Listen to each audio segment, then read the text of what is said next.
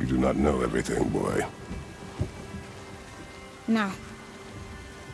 But at least I know the truth now. The truth. The truth. I am a god, boy. From another land far from here. When I came to these shores, I chose to live as a man.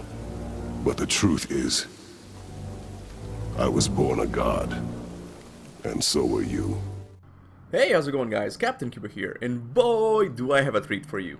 You see, I know we all took the news about the Fallen God comic books being delayed until further notice in a really bad way. But I'm glad to say we have the next best thing.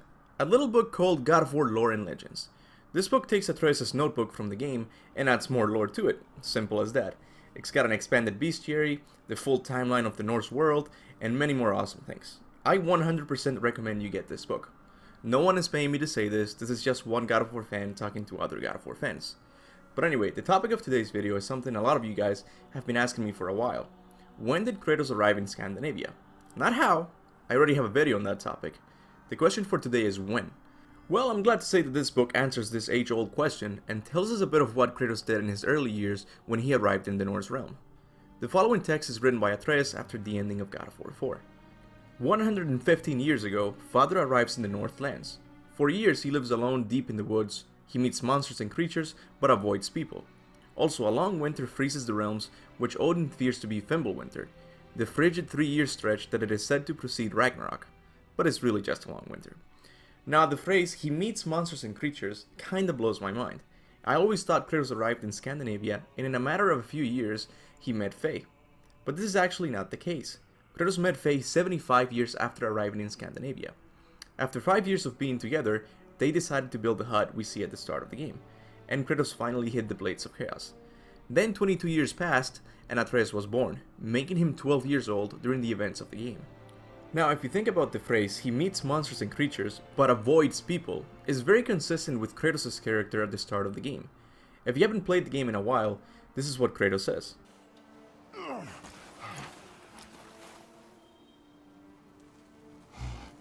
Who was he? He knew me. Did he know my past? How did they find me after all this time? He says this because he knows the Oracle cursed him to carry the ashes of his family for the whole world to see his terrible deed. So when Kratos arrived in Scandinavia, he stayed relatively hidden to not be found out as the men who killed his family and also an entire pantheon. Which was a good plan, because after Mimir found out he was the son of Zeus, he immediately called him the Ghost of Sparta. But this is not important. The fact that Kratos was living in the woods and interacting with other creatures for 75 years is amazing, because this means that there were 75 years of Kratos behaving a little better than God of War 3 Kratos, but not as nice as God of War 4 Kratos. Also, during this time he was wielding the Blades of Chaos everywhere he went.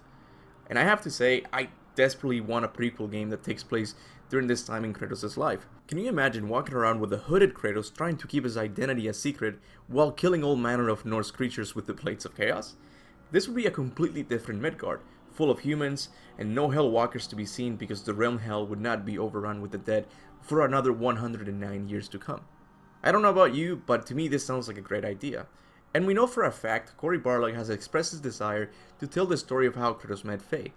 I just hope it's a prequel game instead of a comic book, or God forbid, a movie.